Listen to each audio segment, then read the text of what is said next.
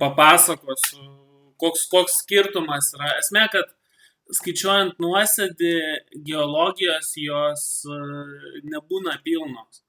Ir dėl to ne visada tą nuosėdį galima suskaičiuoti. Tai va, aš atidarysiu, matot mano ekraną. Dabar matau. Skaičiuojant nuosėdį, esmė yra, kad yra būtini tokie dydžiai kaip tamprumo modulis, tai jis dažniausiai būna išskaičiuotas iš kūginio stiprio, būna 3,5 kūginio stiprio, 4 arba 1 kūginis stipris, priklauso nuo gylio ir kokios vietos. Toliau reikia byrėjimo kampo, reikia sankabumo ir grunto svorio. Ir dabar, pavyzdžiui, jeigu mes paimtume ataskaitas kažkokias, tai ką mes turim, kad pradžia jinai yra kaip aprašymas, viskas gerai, ir tada eina grunto duomenys. Čia mes turim tik tai kūginį stiprį ir šoninę trintį. Žiūrint toliau, čia yra stulpelis, viskas gerai, ir dabar, kas mums yra pateikiama. Deformacinis modulis, čia yra kampas pateikiamas.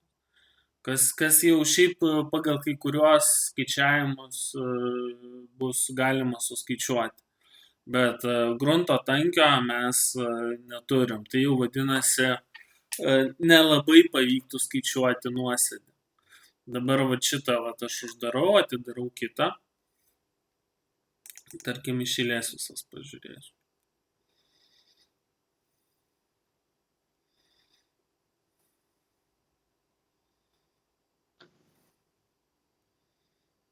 Vėl standartinis geologinis stulpelis, kuris leidžia skaičiuoti polius pagal šliužytės arba tos metodus, kuriuos mes kalbėjom.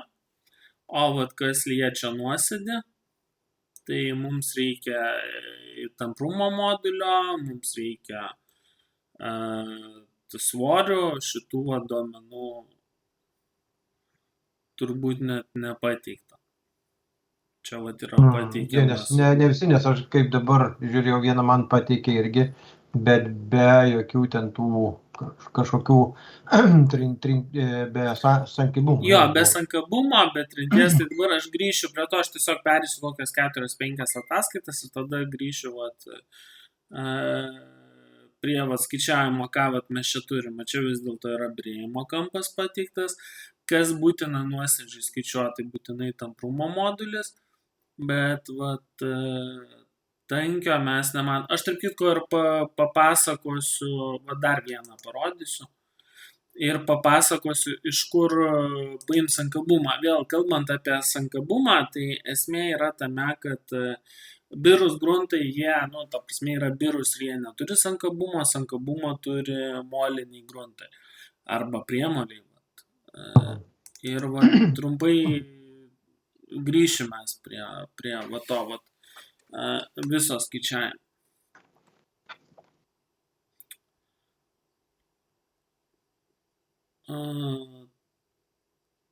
Tai vėl kūginis, tas geologinis ir ką mes turim, kūginis stiprį ir deformaciją. Visų kitų duomenų, kampų ir taip toliau yra nepateikta. Kodėl taip yra? Todėl, kad didžiąją dalį gruntų skaičiuoja tik tai tą stiprumą ir skaičiuoja tai, ką gauna. O nuosėdžio dažniausiai neskaičiuoja visai.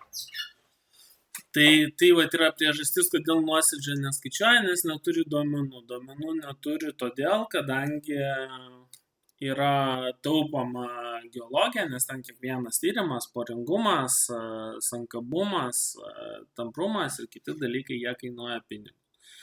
Tai dažniausiai geologai tų duomenų nepateikia. Tarp kitko turėjau ataskaitų, kur ir pateikia.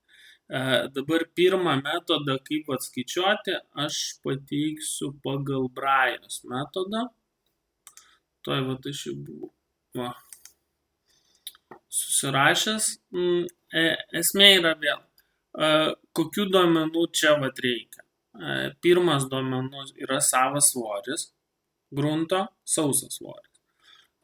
Poringumo koeficientas ir yra reikalingas sankabumas.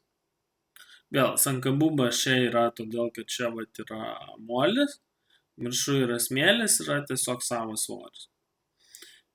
Šitą puslapį aš jums nusiųsiu ir papasakosiu patį principą, kaip skaičiuoti ir kartu nusiųsiu knygą. Tai vat aš iš karto kopijuoju nuorodą. Čia yra toksai afrikietis žodžio. Negriukas gal taip ir negalima sakyti. Jis labai rimtas yra konstruktorius ir daug straipsnių kelia. Tai va, aš jums nusiunčiu ir po to parodysiu šitą skaičiavimo metodą. Bet mes kalbėjom jau apie tai, kad poringumo koeficiento mes neturim, savo tankio mes neturim. Tai šitas daiktas jis yra aprašytas Braille knygoj. Čia yra 580 puslapis. Ir aprašyta, kaip skaičiuoti. Tai aš tiesiog įjungsiu asmaką ir po to papasakosiu patį principą. Tai va, ir grįžtant į priekį, knyga atrodo taip. Braille M. Das. Vėl, kai įrašas baigsis, aš jums atsiųsiu nuorodą knygos. Kur galima nusipirkti arba gauti. Tai va, grįžtant prie šito metodo, esmė yra, kad mes turim turėti poringumą ir tankį to grunto. Tai va, jisai yra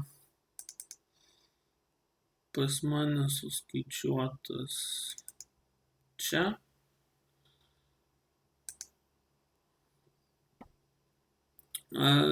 Kaip ir minėjau, kad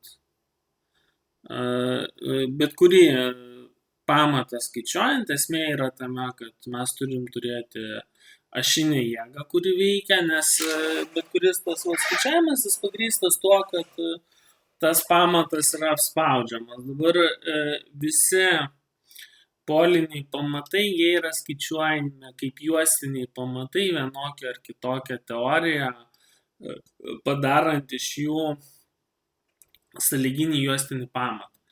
Ir čia vietoje yra pažymėta ties linija sąlyginis juostinis pamatas. Koks jisai būtų. Ir išskirti du taškai, du sluoksniai, tai yra vienas sluoksnis, į kurį patenka polis ir sekantis sluoksnis, kuris nepatenka. Ir veikimo kryptis. Tai skaičiuojant pamatus, esmė bus, kad turėsim nusistatyti nuosėdį, turėsim nusistatyti, koks yra sąlyginis gylis. Ir žinant sąlyginį gylį, suskaičiuoti tempimus ir tada suskaičiuoti nuosėdį. Čia trumpai pateikiau iš Braille knygos aprašymą, kaip tas skaičiuojasi. Tai yra pradžiai nusistatomas sąlyginis gylis,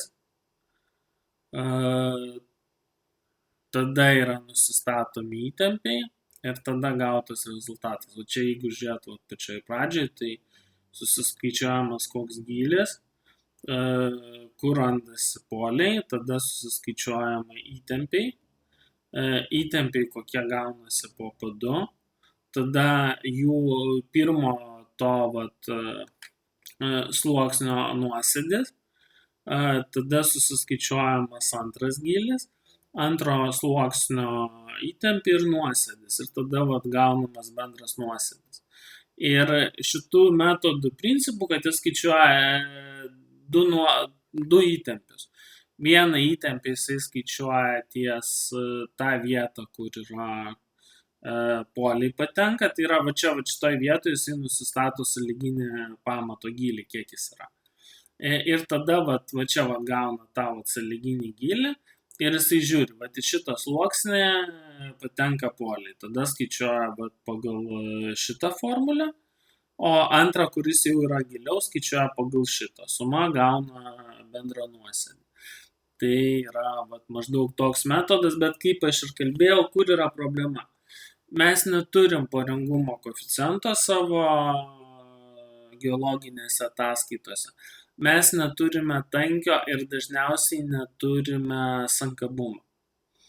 Tai yra, jeigu tai yra pilna geologinė ataskaita ir šitie duomenys yra turimi, tai pagal ją skaičiuot galima. Tai trumpai papasakojau, šitą metodą aš jums atsiunčiu į paštą ir tada grįšim prie sekančio metodo.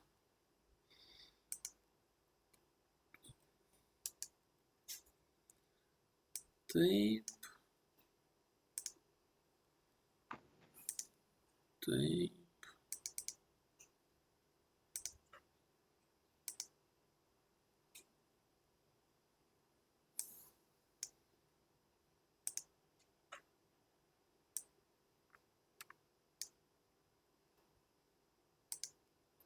Tai va, tai čia va yra tas metodas, kuris yra greitas, paprastas, mažai veiksmų.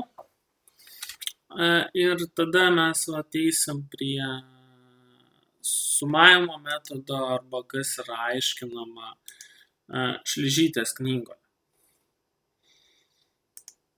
Bet jau bus kaip ir sunkesnis tas metodas.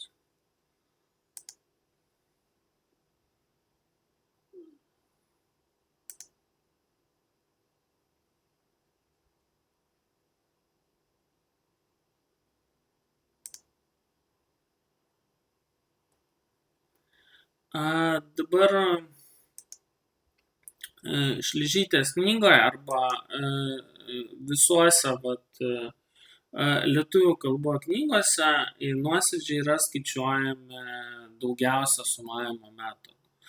Ir apie ką yra tas sumavimo metodas, kad mes turime apkrautą konstrukciją, žiūrim, kaip vyksta grunto įtempimai ir kaip vyksta pačios to slėgimo medžiagos, kurią mes apkraunam.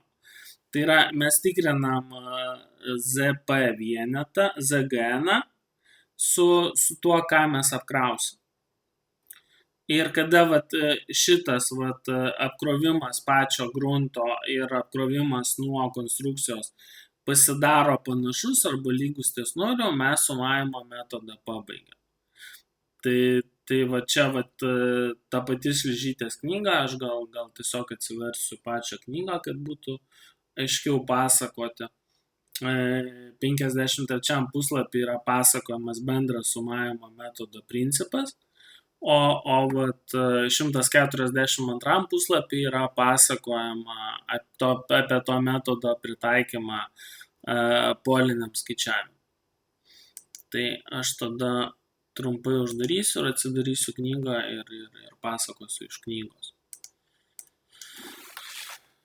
Šitam metodui irgi reikalingi ir sankabumai ir visa kita. Šitam metodui reikalingas tamprumo modulis. Dažniausiai tamprumo modulis būna. Dėl to jį ir turbūt taiko dažniau.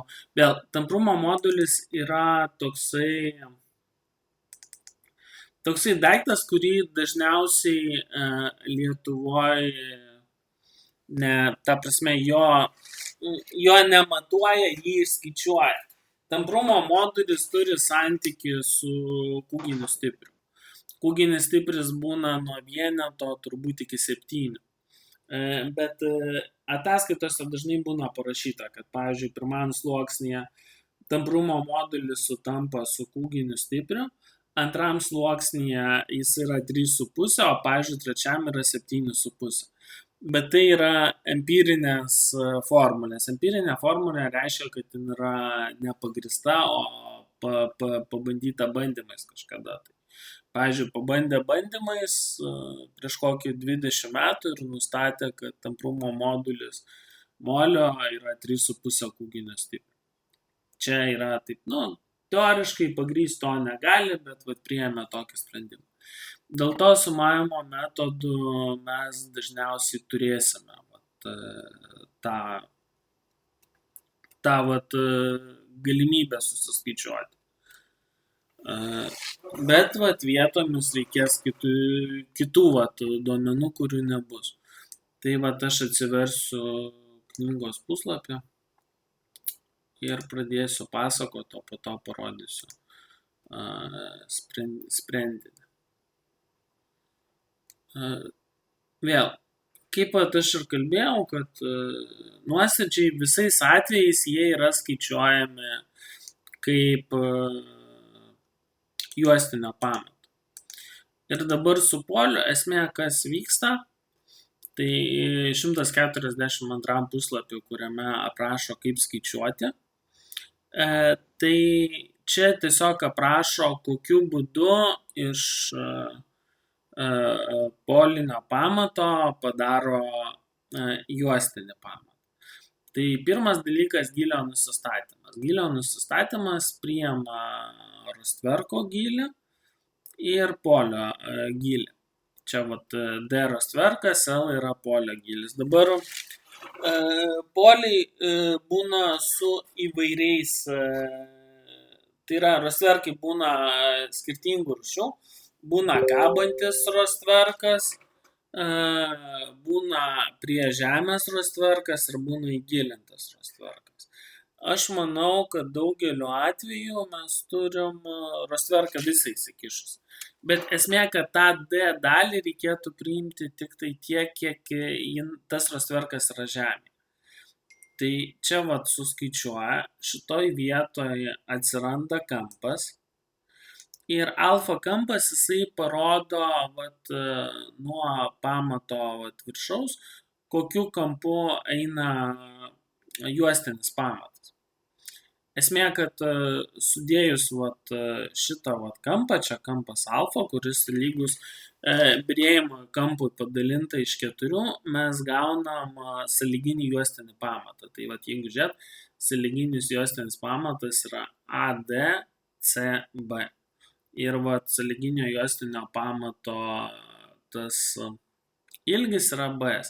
Tai nors mes turėsime ilgą rostverką ir čia turėsime polius, mūsų pamatas bus didesnis apačioje. Tai pagal šitą nusistatomas kampas, jisai skaičiavimui nėra labai būtinas. Čia įsistatomas birėjimo kampas, bet birėjimo kampas yra būtinas tam, kad nusistatyti, koks sąlyginio juostinio pamato plotis yra. Ir mes įsistatom šitą eilutę. Antra eilutė, manau, galima imti lygią rostverko pločią arba galima įstatyti irgi, ką mes turim. M raidė jinai parodo polių skaičių. Tai grubiai tariant, polių skaičius pasinaikina, ta formulė jinai lieka tokia, kur phi kampas, kuris jau yra būtinas, jis yra apskaičiuojamas čia kiekvieno sluoksnio yra birėjimo kampas. Jie sudedami kartu ir padalinami iš bendrų sluoksnių, taip randamas tarpinis kampas. Ir šitoj vietoj yra randamas juostinio pamato plotis. Ir lygiai taip pat svertinį svorį galima nusistatyti sudėjus tuos visus polius. Tai dabar grįžtam prie bendro skaičiavimo, ar skaičiuojant sumavimo metodu, ar skaičiuojant kažkokiu kitokiu metodu. Mes nusistatom pamato padą, kokiu jisai remiasi, ir nusistatom teorinį visų sluoksnių svorį. Juos sudėję ir padalinę iš to. Tai tiek yra konkrečiai, kas yra susijęs su tais poliniais pamatais, mes juos pakeičiam į juostinius. Ir čia va šitoje eilutėje atrodo, kad nuo 5 iki 10 iteracijų, kada jos susivienodina grunto įtempiai nuo pačio svorio ir įtempiai nuo pastato, jie tampa lygus apie 0, tada iteracijos yra baigiamas. Čia skaičiuojama viena iteracija, tuo atstumu kita, čia grubiai yra pateikiamas sumavimo metodas. Ir tada aš grįšiu prie sumavimo metodo, kuris yra tas juostiniam pamatui, pačioje pradžioje aprašytas ir jį papasakosiu.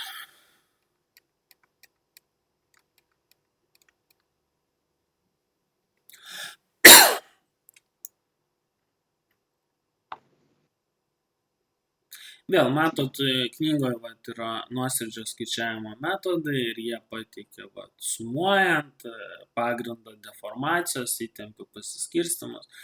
Tų metodų yra skirtingų.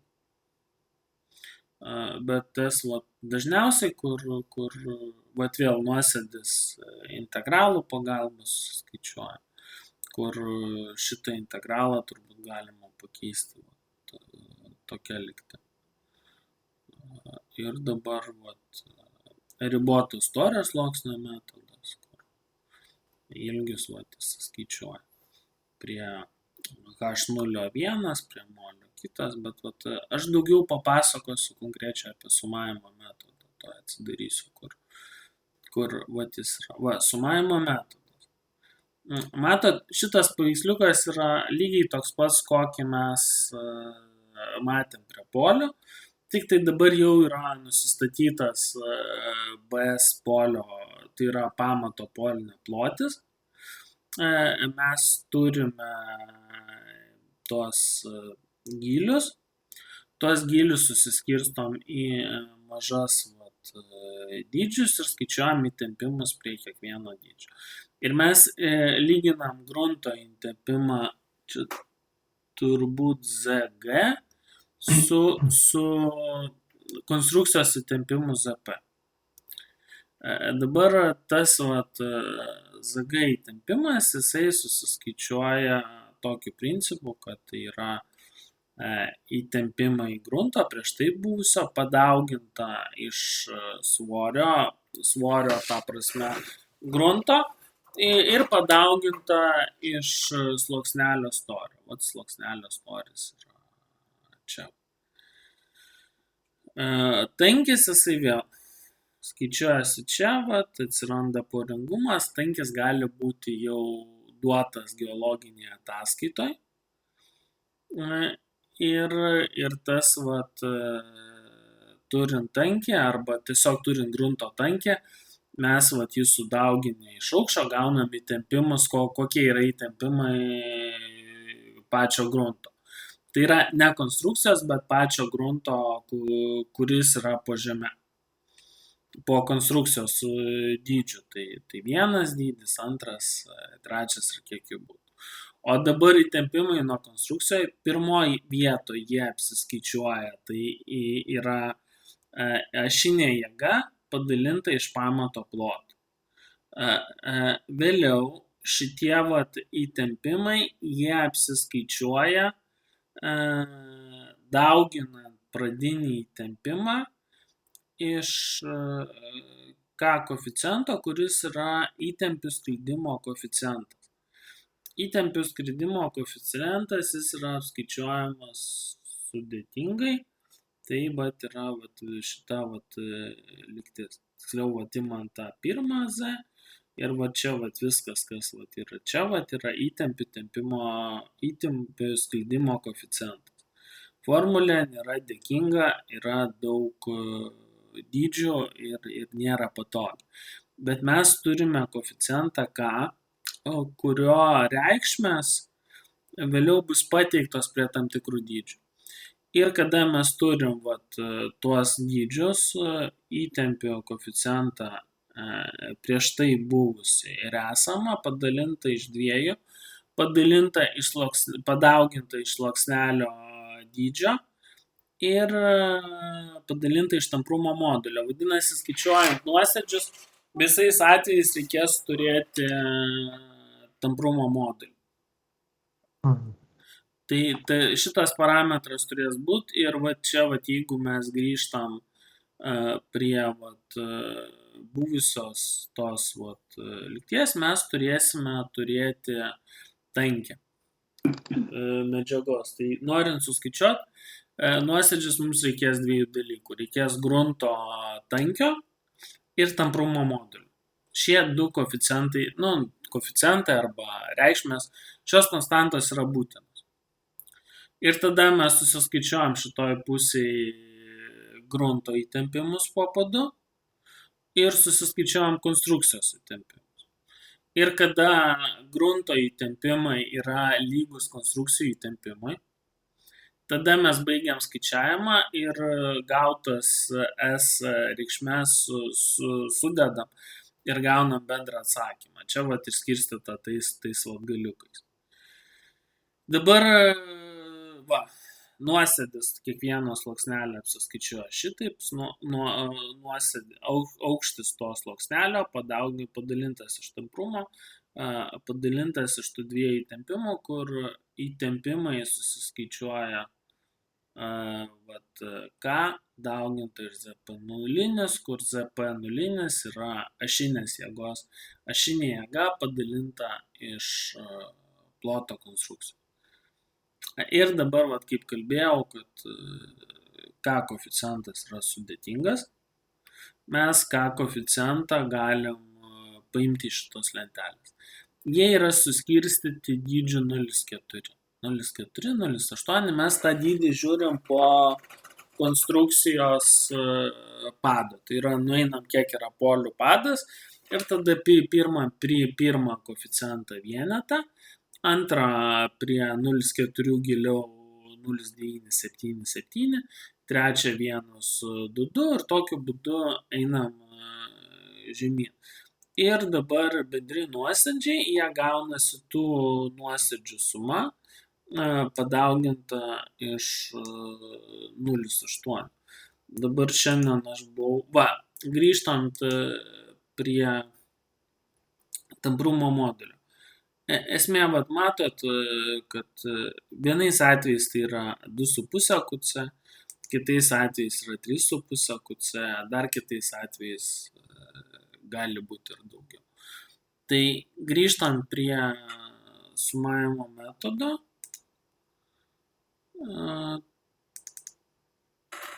ką mes turim, aš vėl paėmiau tą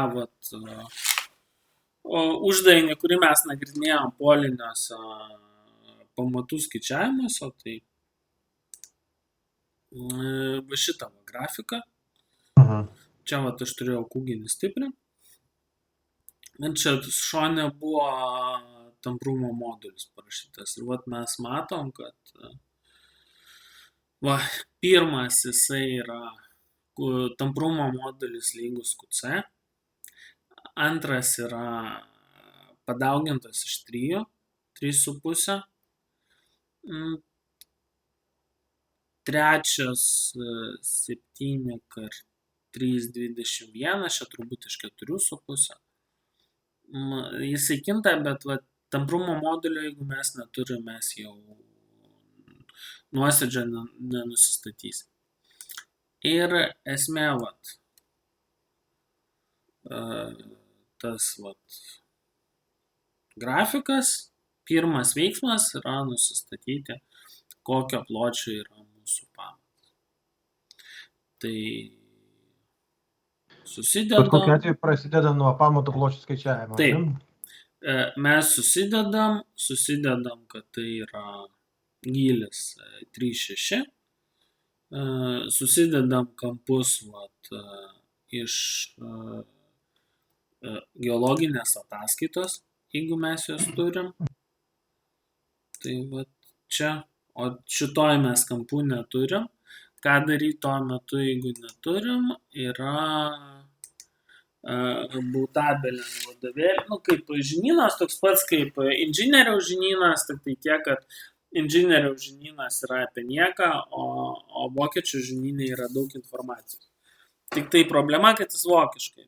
Aš pradžiai labai pergyvenau, dabar nepergyvenau. Per porą metų kažkiek tai vokiečių kalbą pradėjau suprasti.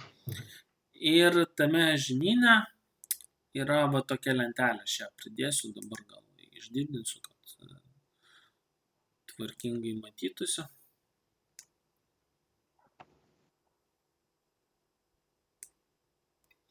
Matot lentelę. Aha. Čia vat senininkai yra smėliai, sent yra smėlis, kys yra moliai ir senin, kiek suprantu, yra tonin, tiksliau yra sankabus moliai, o čia yra smėlingi. Ir čia vat mes turim sąlyginius tankius. Dažniausiai sutinkamas smėlio tankis yra 18. Va šitas, bet jeigu mes turim kokį molį, tai bus 21, pavyzdžiui. Jeigu durpės, tai ten 10. Galų gale čia tiesiog reikia vertimus pasidaryti. Iš čia mes pasiemam tankę, galim pasiimti kampą, yra surašyti kampai, galim pasiimti sankabumą, yra parašytas. Ir čia tos informacijos skaičiuoti nuosėdžius užtenka. Aišku, tai nebus tikslus skaičiavimas, nes reikšmės jūs, pasimsit kažkokias. Tai va, grįžtant prie skaičiavimo, yra rastverkas, susivedam kampus, kadangi kampų nebuvo duota, bet buvo smėlė, aš pagal šitą lentelę pasižiūrėjau, smėlis, kampas yra 32. Ir daugmaž susirašiau, kokie kampai. Jos gali ir ten tiksliau susirašyti, bet čia jau yra vieta improvizacijų. Susirašiau kampus, gavau bendrą kampą. Gavęs bendrą kampą, aš gavau, kad pamato ilgis yra 5,77 ir lygiai taip pat pamato plokitis yra 5,77. Kodėl taip gaunasi? Todėl, kad šita eilė, čia yra eilių skaičius, -1, mes turim vieną eilę. Tai šitą narių kiekis jisai tiesiog pasinaikina. Čia gaunasi 0. Čia šitoj vietoje atstumo žingsnis tarp kiekvieno polio, bet kadangi eilių skaičius 1, 1 minus 1, šito nario nelieka ir lieka tiesiog antras narys, kuriam yra reikalingas kampas, kad nusistatyti, kokio ilgio yra pamatas. Turim kampą, tada nusistatom pradinius įtempimus.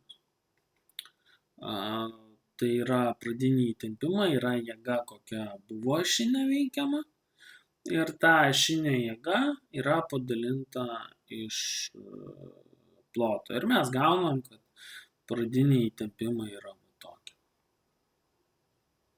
Čia jeigu taip žiūrėt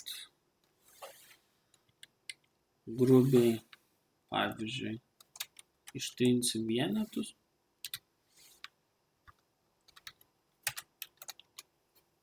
Ir padarysim megapaskalius. Tai čia tik tai tikslumą reikėtų didesnį padaryti.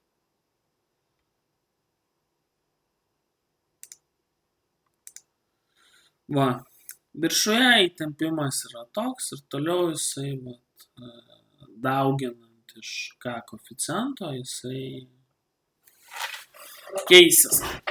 Tai tiek aš šiandien iš ryto spėjau surašyti. O dabar toliau tada kartu su jumis pabaigsiu uždavinį rašyti, kad būtų iki galo jisai išspręstas. Tai dabar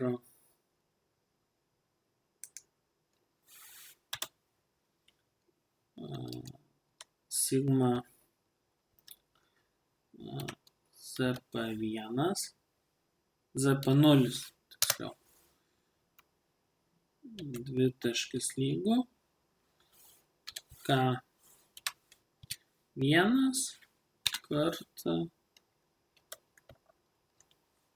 sigma ZP.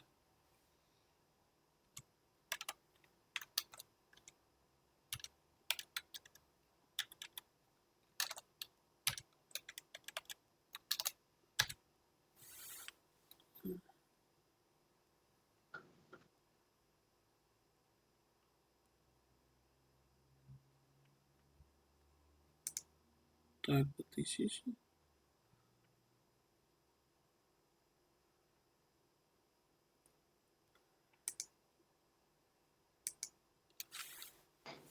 Nepriskirta reikšmė.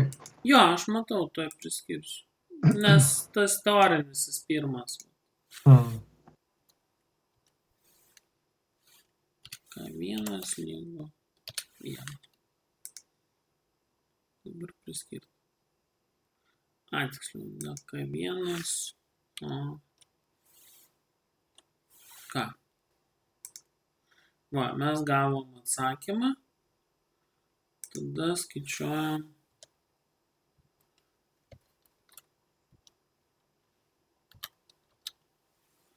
ZP1 lygu K2 dauginti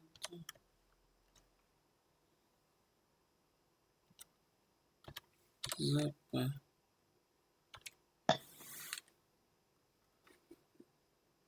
Čia galima, aišku, matriciniu būdu skaičiuoti, bet į tą matricinį būdą sunkiau biškį įvaldyti pačioj pradžioj.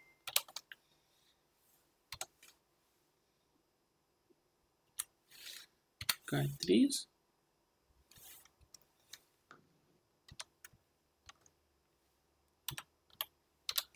ZP.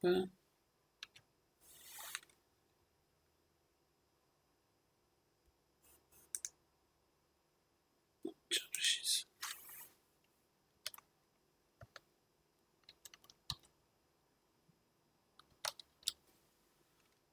ZP4. K4.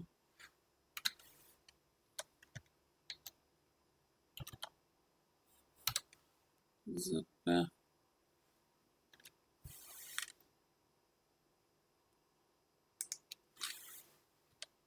Nu, ir priimkim prie to, kad 5 reikšmių užtenka.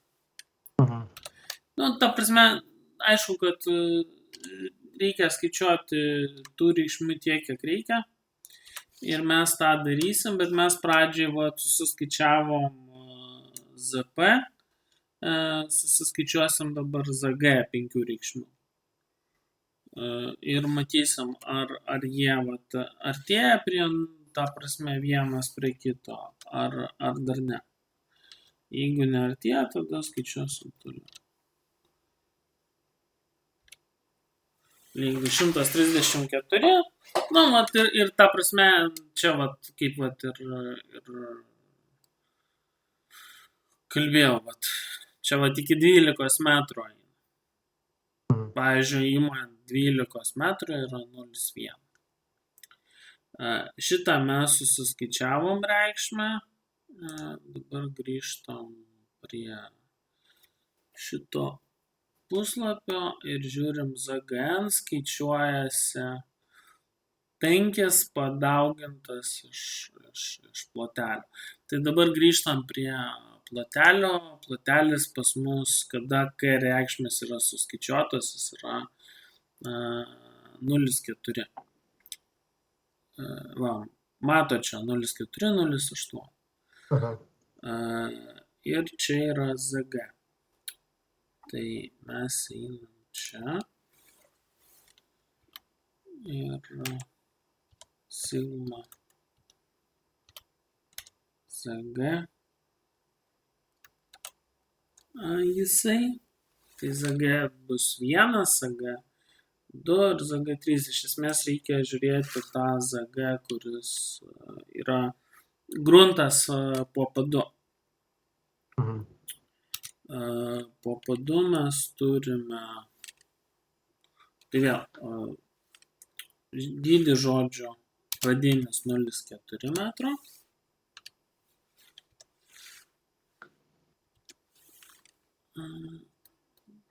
Taip. Gal mes parašysim taip. H1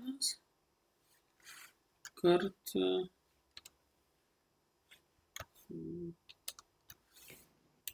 G1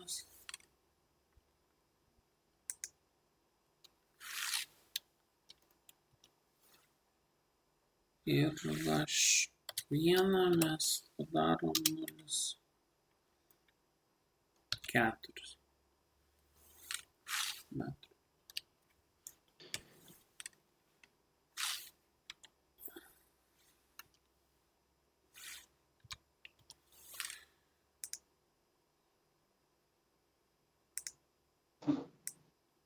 Tai dabar pirmas mūsų gruntas, kuris eina giliau, tai mes turim 3 metrus. Čia yra žvėringas smėlis. Žvėringas smėlis, tai bus turbūt galima priimti 18.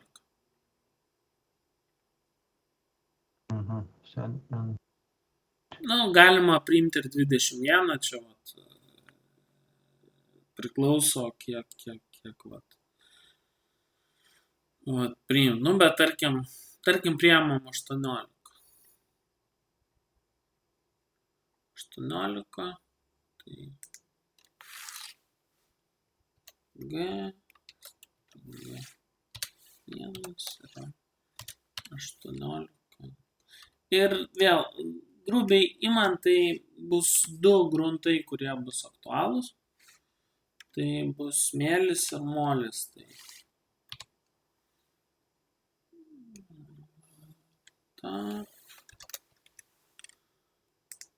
3. Tai einant šluft turbūt molis, tai bus 21. Jeigu mes turėsim smėlį, priminėkit 18 arba maksimum 21. Bet iš esmės šitoj lentelėje gali susižiūrėti. Bet tas toks 18 jis yra tarpinis dydis. Tai mes turim 18 ir čia kad pasidaryti tą dydį, gana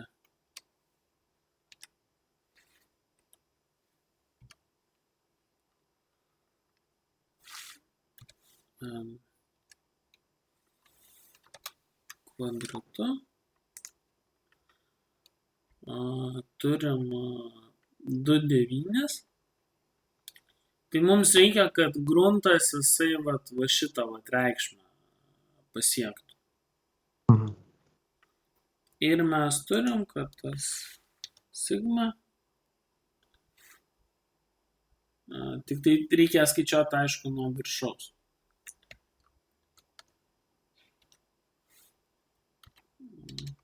Sigma ZG1 lyga. Ir čia padarom.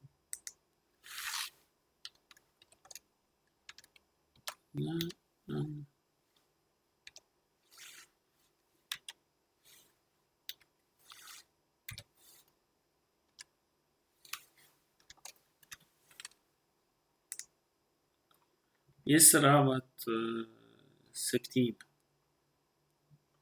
Tai tą 7 jį reikia mažinti. Sigma ZG2 bus.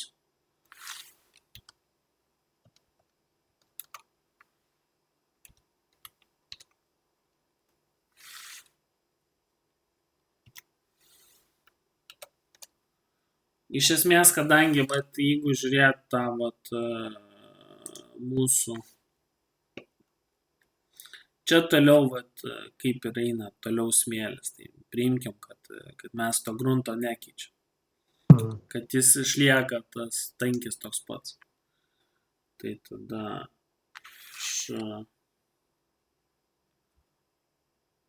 sigma zg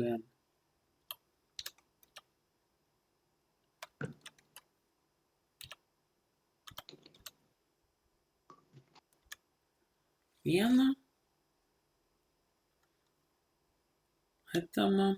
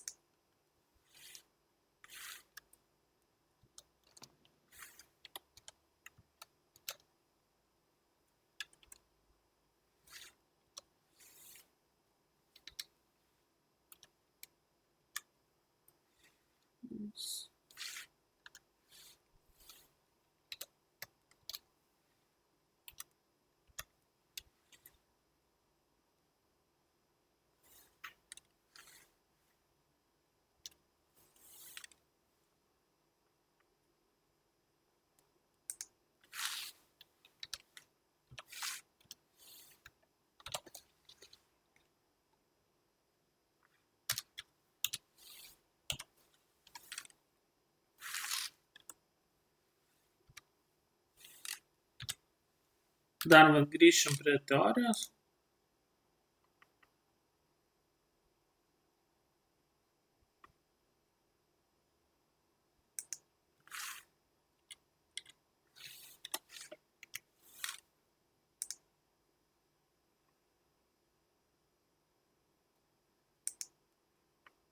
Čia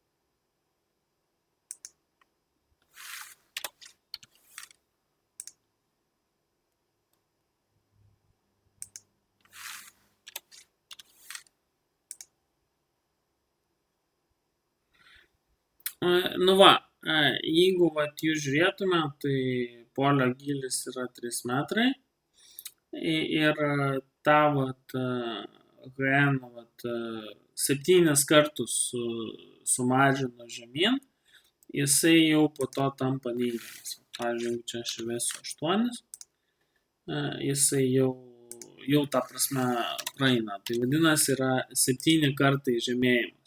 Pats H1 tai yra tankis iki pamato. Dabar grįžtant prie pačios teorijos, tai tas Zagn ir skaičiuojasi. Gamma plus HN. Va šitas atstumas iki polio. Tai va, tą mes suskaičiavom, kad reikalingi yra 7 dydžiai. Tai va, mes suskaičiavom 5. Tada metam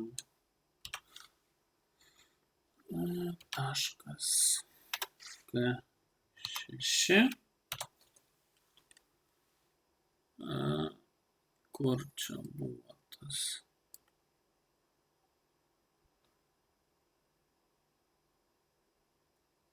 Viens, du, trys, keturi, penki, šeši. 0, 5, 5. 0, 5, 5.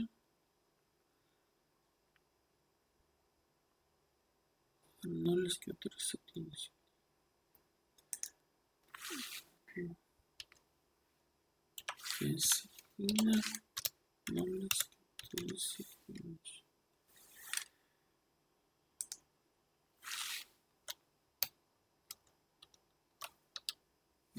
K6.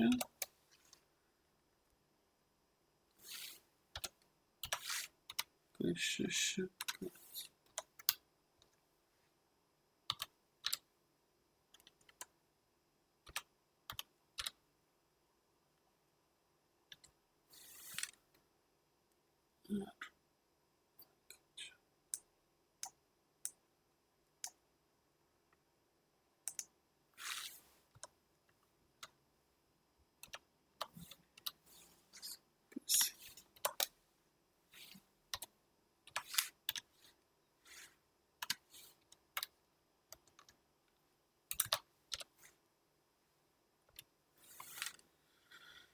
Tai va, susiskaičiavom, turim 7 reikšmes. Dabar nuosėdis, kaip jisai buvo parašytas, jisai yra lygus prieš tai buvusi reikšmė plus sekanti reikšmė iš 2 padalinta iš h ir tamprumo modulį.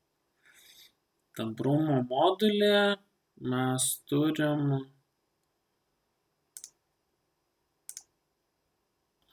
po žeme, tai yra, vėl, matot, jie čia kinta, bet iš esmės ima mažiausia 37.1 iš šitų. Matot, 54.6 tamprumo, 37.1, 45 iš 5. Dabar žiūrint literatūrą, kuo imsim didesnė, to ta prasme bus prašiau, tai todėl mes imam mažiausiai. Tai yra 37,5. Ar aišku? Nelabai. Kodėl žiniausia? Todėl, kad kuo mes imsim didesnė, ta prasme yra, vėl, iš esmės reikia imti kiekvieną kartą, ta prasme, to sluoksnio. Tai jeigu čia būtų vienas sluoksnis, ta prasme, 1,55, tai čia 54, antras sluoksnis iki čia 37, trečias sluoksnis 45. Dabar juos visus susižiūrėjus, kadangi kuo mes imsim tą sluoksnį didesnį, tuo šitas narys bus mažesnis ir tuo nuosėdžiai bus mažesni. Mūsų tikslas gauti, visada konstrukcijose reikia gauti maksimaliai blogą reikšmę. Skaičiuojant kiekvieną kartą mes galime tą dalyką, jeigu tai būtų daug sluoksnių ir būtų segreguota, kiekvieną mes imtume prie 0,8, 0,4, ta prasme kiekvieną kartą, kiek keičiasi tas tamprumo. A1, A2, A3 ir kiek jų ten bebūtų. Ar aišku? Dabar aišku, jau. Taip, tai mes pasižiūrėjom, kad vėl tada grįžtų čia, nes vėl mes turim 4, 8, 5 metrus ir čia turbūt būtų 5, 4 kažkur, tai 5, 8, tai reikėtų imti šitą reikšmę, tada, gerai, padarysim taip, kad čia tamprumo 1, 2, 3, 4, 5, tai čia kažkur būtų iki 5, 8, vienas dydis priėmom yra 0,4, tai bus 2 su šituo, tada bus, čia šitas dydis ir šitas vienodas su šituo, tada vienas su šituo ir toliau bus irgi su, tarkim, priimkim, kad tas tamprumo modulis, jisai lieka toliau, tai skaičiuojant nuo viršaus, 1, 2, 3, 4, 5. Tiksliau, vėl skaičiuojant nuo 3 metrų. Tai prie 3 metrų mes turime 10,5. Nu ir čia 3,8. Tai nuo 32,6 žodžiu. Tai 1, 2, 3. 32,6.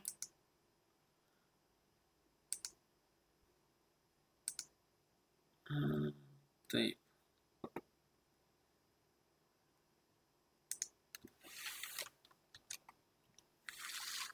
E3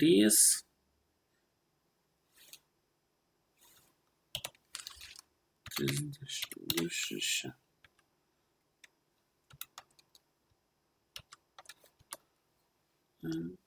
P ir parašysim altitudės. Ačiū.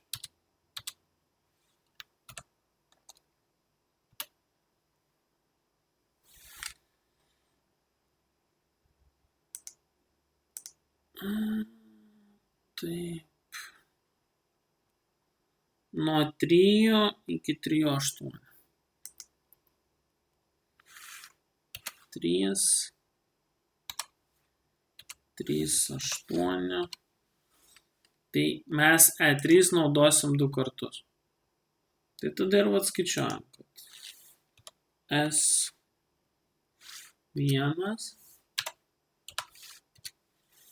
dvitaškis lygu. Kaip ten ta formulė buvo?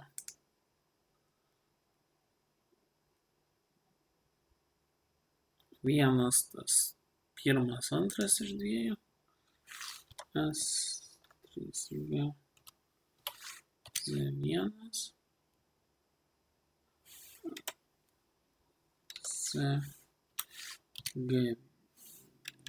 G1 plus G2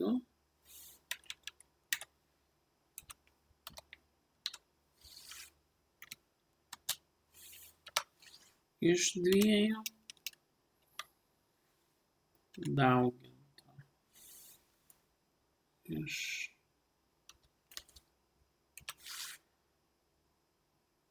gerai H dalinta iš E3.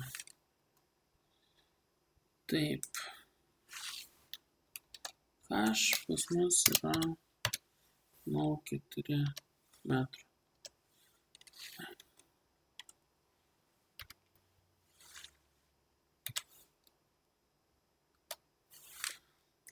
Aišku, kodėl 0,4. Todėl, kad čia eina kas 0,4. E3 turim, ZG1, ZG2 turim. Spaudžiam. Vienetus pakeičiam milimetrus.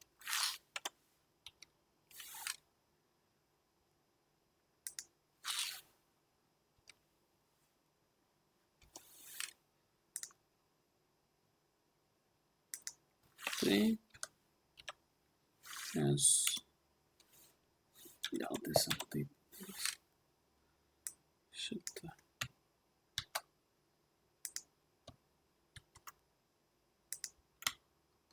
Praktiškai jokio nuosėdžio, ar ne? Ne, tai čia pirmas sluoksniukas, mes turėsim 8 sluoksniukus. 7. 1, 2, 3, 4, 5, 6, 7. Tai pirmas suskaičiavom. Imam antrą. Čia.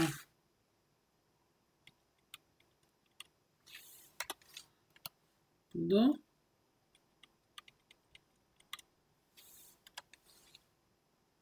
Trys.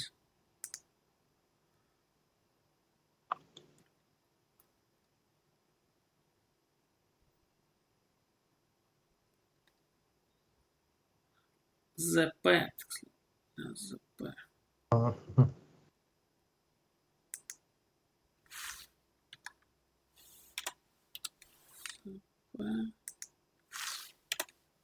ZP.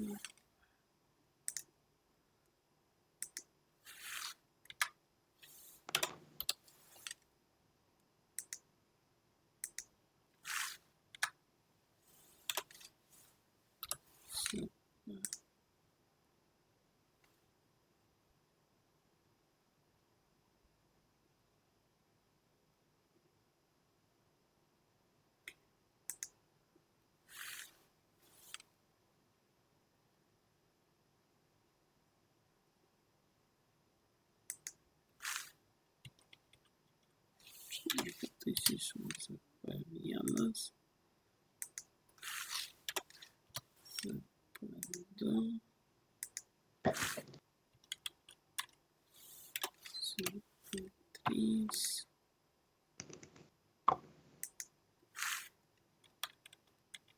jo, ZP4, ZP7.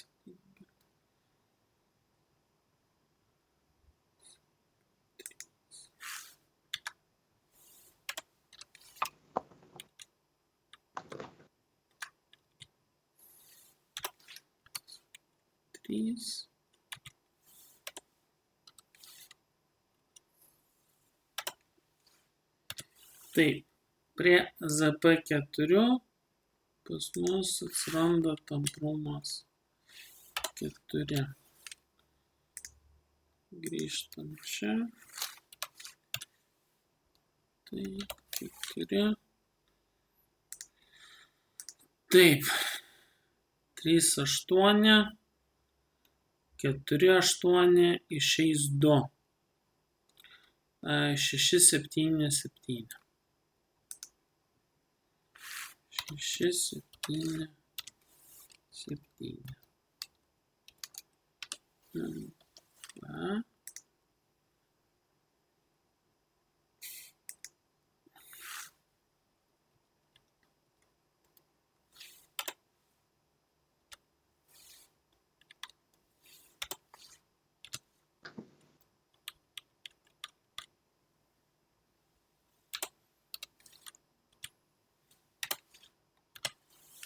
Penki.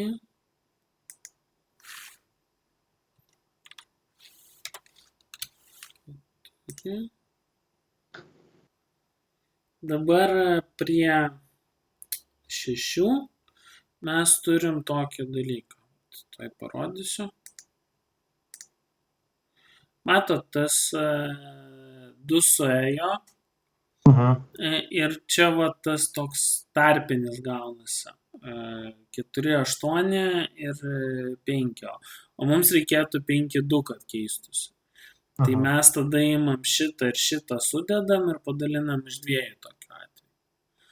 Tai dabar turim E4, tada turim E5. E5 yra pas mus va šitas. PM4, 6. Va čia, mato. PM4, 6. PM4, 6.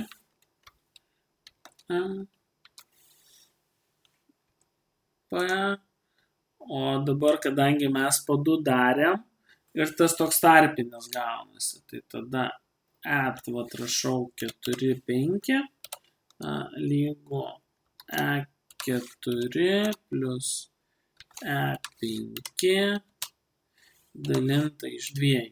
Nes pusė ten, pusė ten.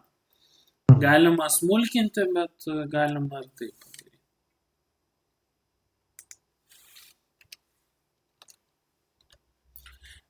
Dar kalbant apie nuosėdžius, esmė yra, kad kiekviena ta taisyklė jinai bus skirtinga.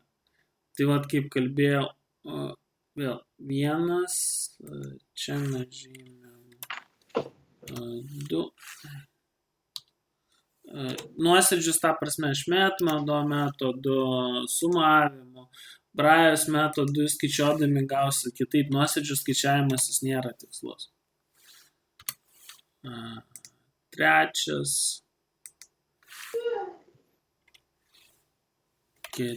4,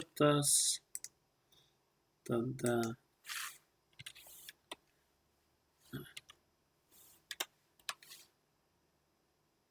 5, Penktas, vat, kaip ir kalbėjau, yra tarpinis. 4, 5.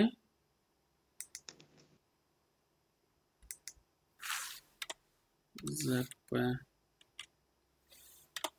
5 ir ZP 6. Ir tada čia šeštas.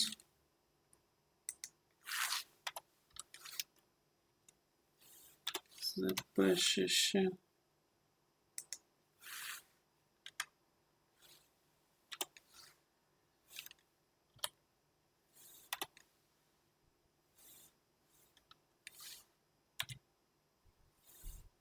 ZP7. Ir čia yra 5.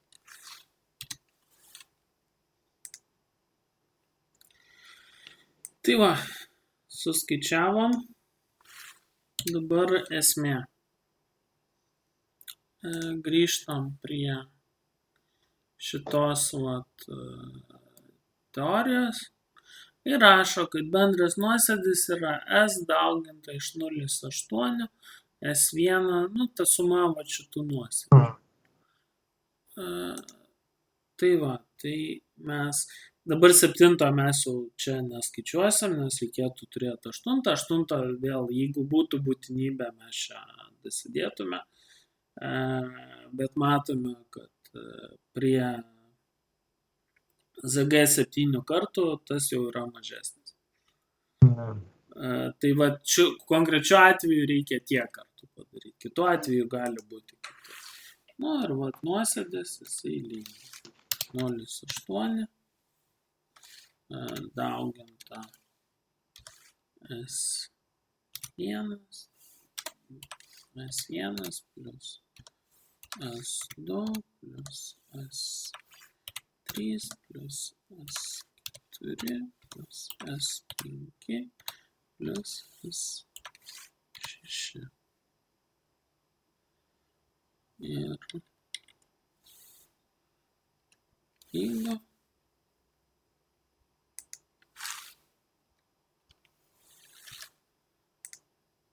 ir mes gavome nuosėdį 0,07 mm.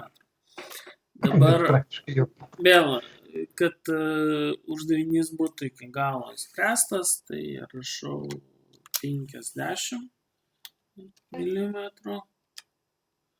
Turi būti mažiau už S lygu.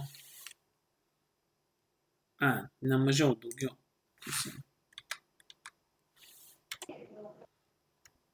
Daugiau.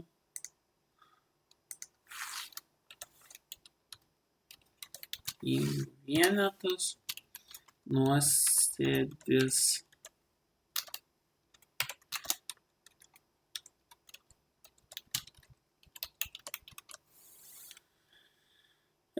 dabar vėl. Atrodo, suskaičiavot ir gavot tą nuosėdį tokį vat, labai mažiuką. Tas gavosi todėl, kad gyvenamam namukė, tas vat, kur čia vat, buvo, jėga jinai yra maža.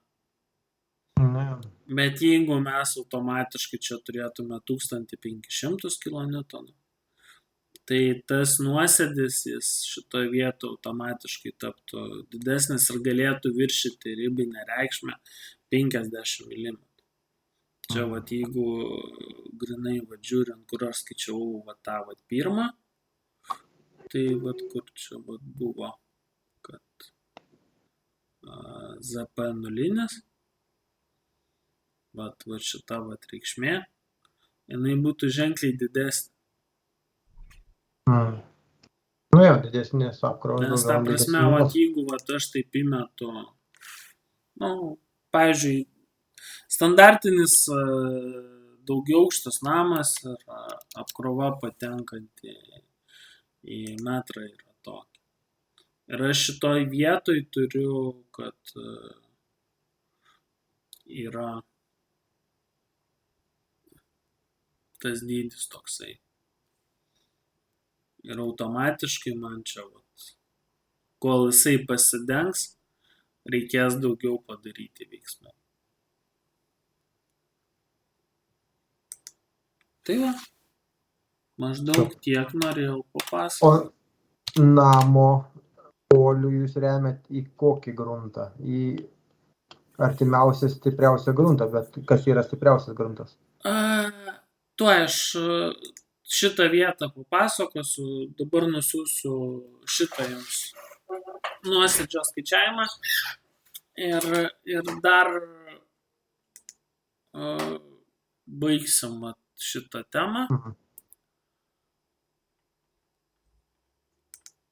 Ir papasakosiu apie nuosėdžio rėmimą.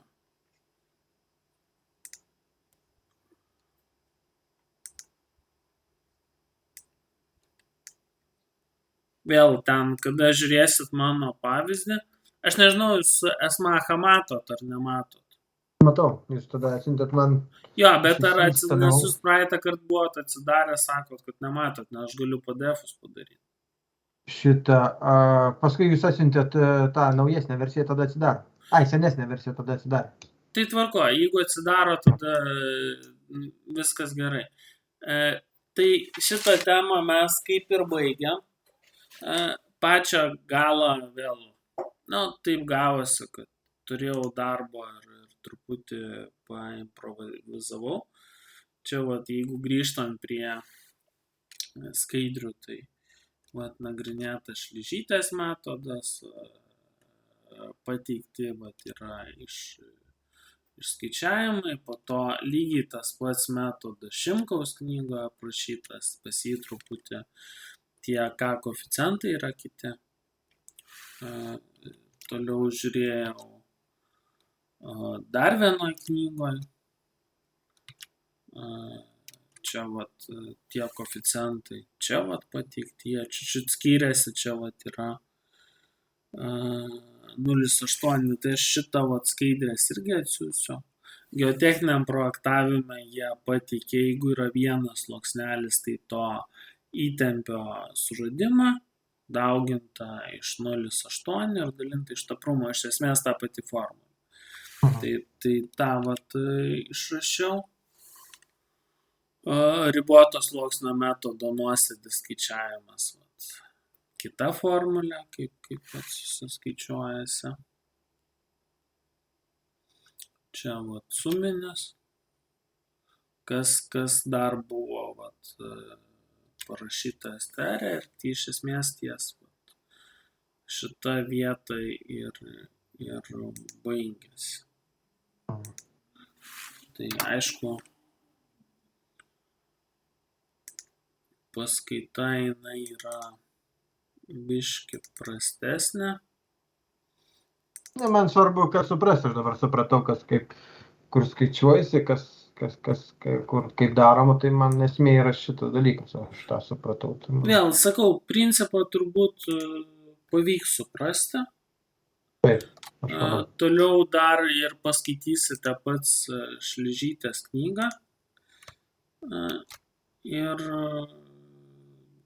turėsit atsakymą. Aš dar gal kažkiek tai ir papildysiu skaidrės ir jeigu papildysiu, tada jums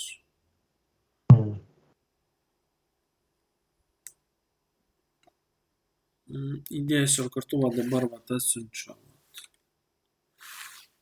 šitą. Dar čia pridėsiu vieną skaidrę.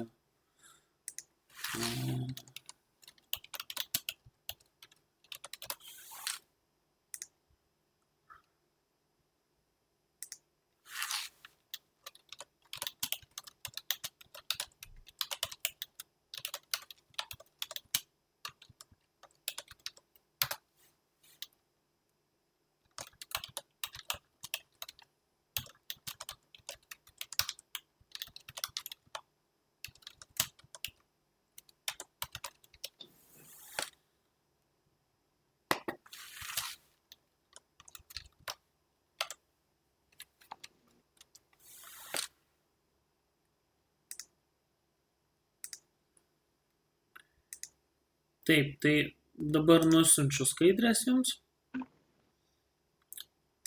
ir tada dar padiskutuosim, kokio gylio remti reikia pamatą.